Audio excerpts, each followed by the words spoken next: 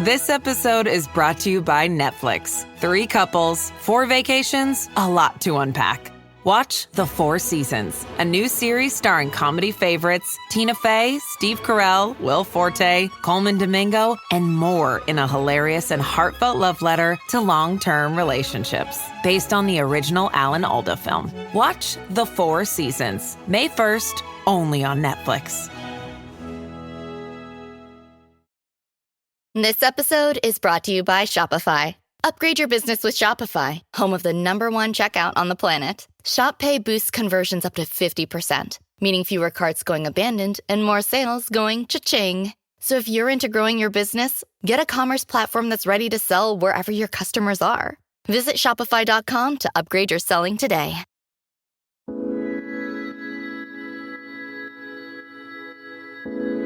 Hi everyone! Welcome to Living Well with Janet, where we explore different health and wellness topics to enrich our ever-evolving personal practices. I'm your host, Janet.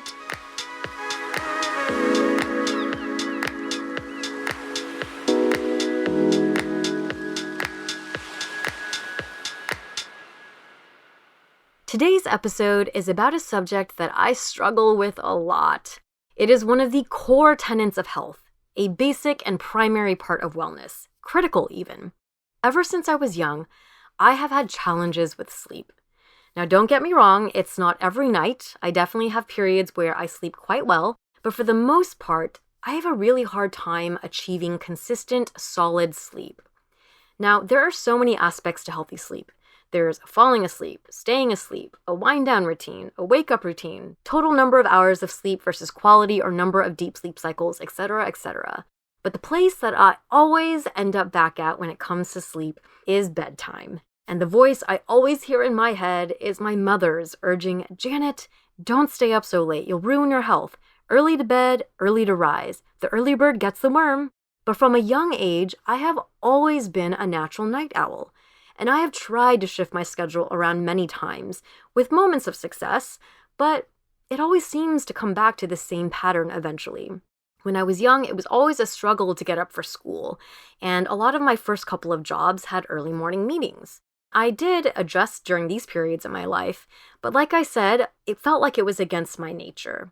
Eventually, I landed in an industry that catered to these later night habits.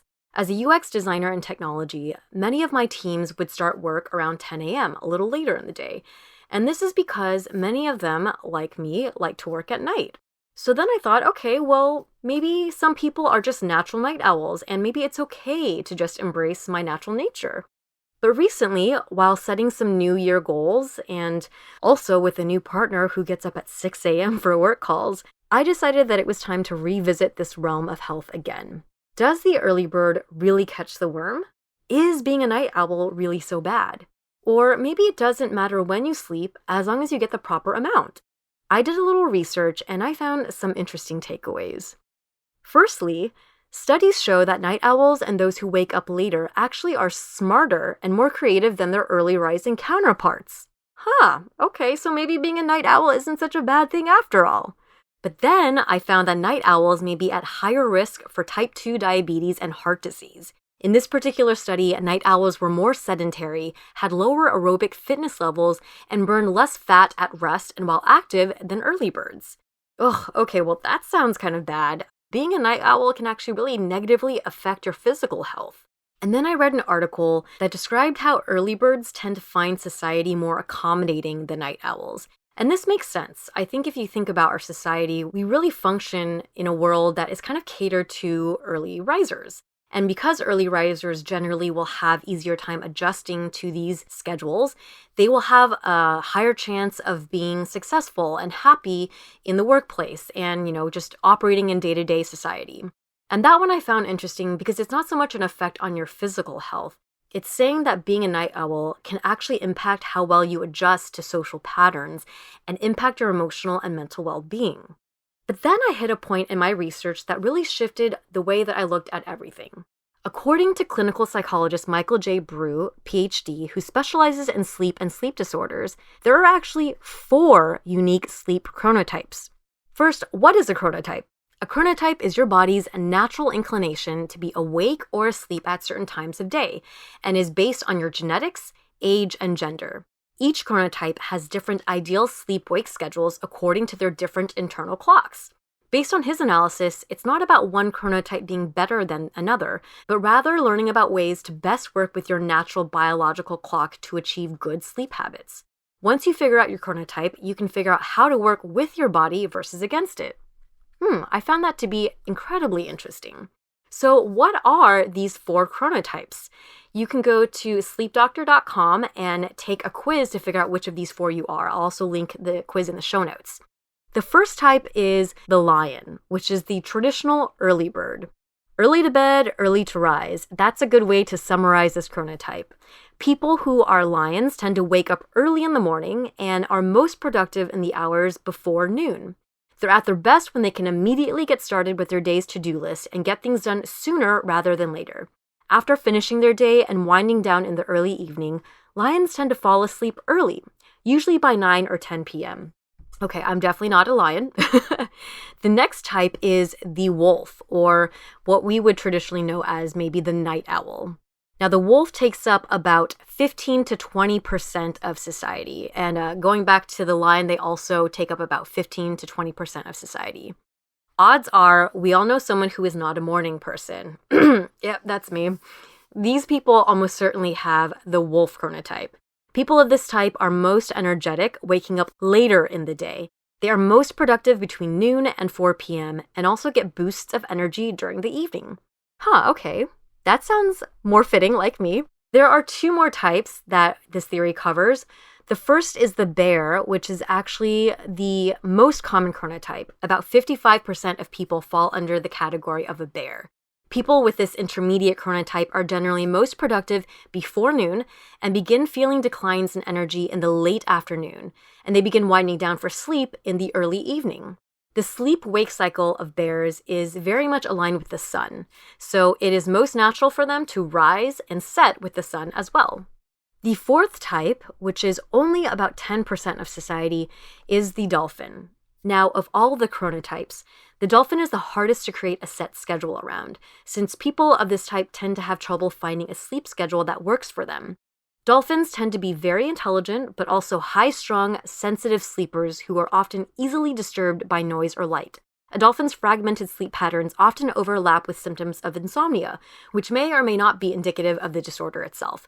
But there is good news because dolphin types actually have an excellent window of productivity. They tend to work very productively between the hours of 10 a.m. to 2 p.m. every day. Now, according to the sleepdoctor.com, each of these types has an ideal bedtime and an ideal wake time. For the lion, which is the early bird, the ideal bedtime is 10:10 p.m. and the ideal wake time is 6 a.m. For bears, which is most of society, the majority of people, the ideal bedtime is 11:10 p.m. and ideal rise time is 7 a.m. For wolves, which are the night owls, ideal bedtime is midnight, and ideal time to wake up is 7 a.m. For dolphins, only about 10% of society that kind of tends to struggle with sleep maybe, the ideal time to go to bed is 11:50 p.m., and the ideal time to get up in the morning is 6:30 a.m. So, to be honest, as a self-described, either wolf or dolphin, even midnight seems a bit early to get to bed for me. It would definitely take some work for me to transition to follow this schedule. So if you're like me and you're finding that your prescribed chronotype schedule is a bit challenging to follow based on your current habits, here are some key things that they suggest you can do to adjust. First is to eat at the right times. They suggest that you avoid eating close to bedtime, and usually the best practice is to stop eating 3 hours before. Otherwise, your body is working to digest food while you're trying to fall asleep, which makes it challenging to fall asleep. This is definitely one that I can work on. I have a really bad habit of eating late into the night and snacking right before bed, so putting that on my list of things to work on. The second thing you can do to help adjust your schedule is around caffeine. Stop your caffeine intake at least 6 hours before bedtime. Now, this one for me personally, I think I'm doing okay on. I have been drinking more green tea recently rather than coffee, and generally I will stop around early afternoon. The third thing you can do to help adjust your schedule is to have a consistent time that you go to bed and that you wake up. This means the same time, whether it's a weekday or a weekend, that you're going to bed, and also the same time waking up in the morning. So even if you're not able to head to bed as early as your chronotype suggests or wake up at the time that your chronotype suggests, still choosing the same time to go to bed and the same time to get up can lead to better sleep. And I can definitely vouch for this. There have been times when I'll go to bed super late and maybe not be getting up as early as I'd like, but as long as I'm kind of doing the same schedule day to day, my energy feels pretty good. Versus those times when I might be getting more hours of sleep, but I'm sleeping at all different times, I tend to find that I'm not feeling as good. So these are some great tips to adjust to your ideal sleep schedule based on your chronotype. And say maybe you're like me, and in order to get on schedule with your chronotype sleep schedule, you have to get to bed earlier than you do right now. In fact, maybe you're trying to change your bedtime by a lot. Like for me, it's like by 1 to 3 hours. Here are some tips that I've gathered from the internet, as well as some friends who've successfully made the transition.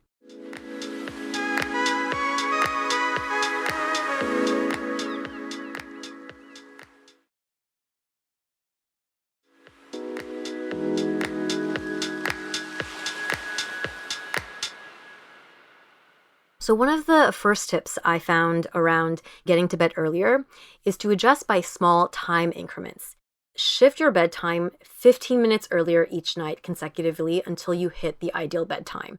I found this to be mind-boggling. It sounds so simple, I just don't know why I never thought about that. Every time I've tried to change my sleep schedule to go to bed earlier, I will try to shift it by like an hour or two. And of course, when you make such a drastic change like that, it's going to be really hard for it to be sustainable and for you to stick to it. So I'm going to try this tip of shifting my bedtime by 15-minute increments so that it's a smaller difference each time. The second tip I found is around light exposure. Now, I think we all have heard that it's, using your phones late into the night is bad for you because of the blue light that comes from those screens that keep you up. Well, this is definitely true, and if you're trying to get to bed earlier, you want to limit the amount of exposure you're having to light in general earlier in the day, especially the blue light that comes from devices.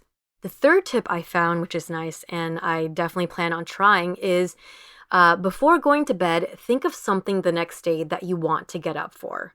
Now, I think this could be effective for 2 reasons. One, I don't know about you, but the last thing on my mind before I go to bed tends to be around the things that I have to get done the next day or some problem I'm trying to solve or something. Basically, it's around something that's like stressing me out and probably going to keep me up or leave me in a not so great mood. If I'm thinking about something positive, my mind will likely be at a better state to relax and go into sleep. That also means that hopefully I'm finding a reason for tomorrow to be very exciting and want to get up early. Now, there are also a couple of tips I found to help change my habits to get up earlier. One is to find a positive alarm sound. And this, I will say, for me, has been a game changer. I recently opted to go outside of the box of default sound settings in my phone and purchased an ocean sound effect track to wake up to.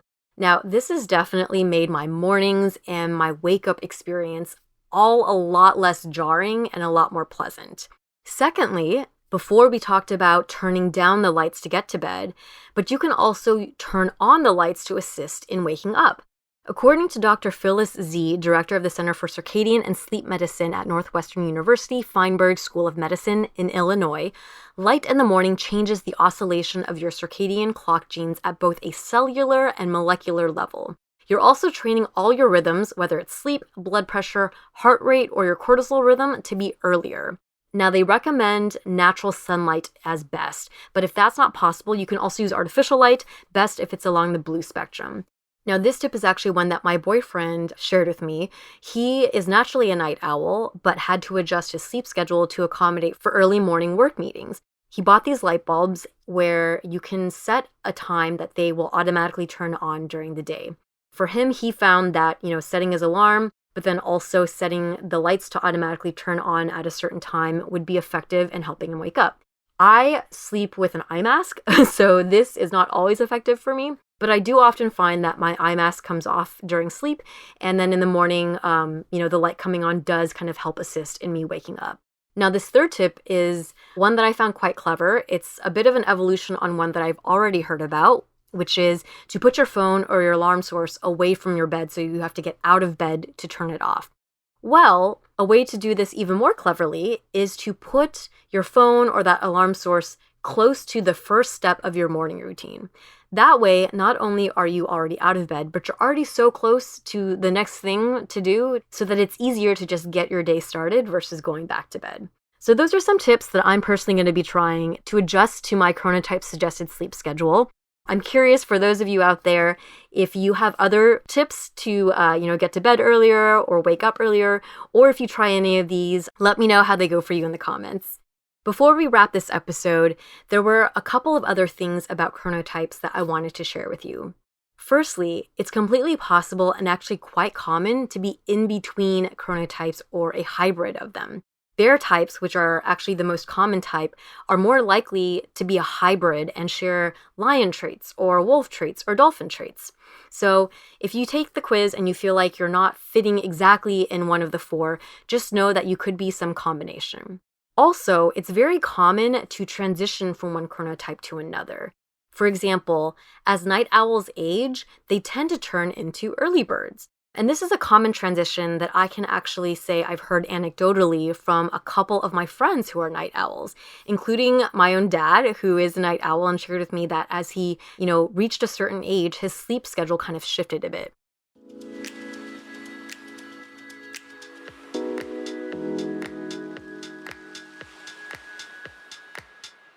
Thank you for listening to this episode of Living Well with Janet.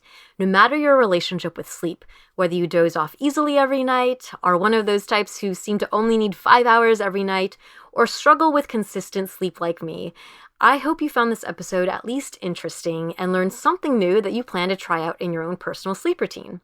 Moreover, a key message I want to leave you with is that no one specific chronotype is better or worse than another. It is an innate part of who you are based on your genetics, gender, and age. And identifying your chronotype can empower you to make lifestyle choices that are best suited for you. Knowing your peak productivity hours can help you organize your day and seek professions and work settings that match. Likewise, knowing the times of day when you are naturally less functional can allow you to plan your personal and social life accordingly. Learn to work with your natural rhythm versus against it. The first step is to figure out your sleep chronotype. I have linked the quiz in the show notes, or you can just go ahead and Google the sleep doctor and it should come up. I'm super curious what everyone's sleep chronotype is. If you could leave an emoji of your chronotype in the comments of the IG post for this episode, I'd love to see what everyone's chronotype is. And if you enjoyed the rest of this episode, please leave a sleep emoji of some kind as well. Once again, this is your host, Janet. I can also be found on Asian Boss Girl, the podcast for the modern-day Asian American woman, with my good friends Helen and Mel, who are also hosting their own shows, which you can catch on the same feed, new episodes every Tuesday. You can follow ABG on Instagram at Asian Boss Girl and me at Janet W. That's Janet, the word double, and the letter U.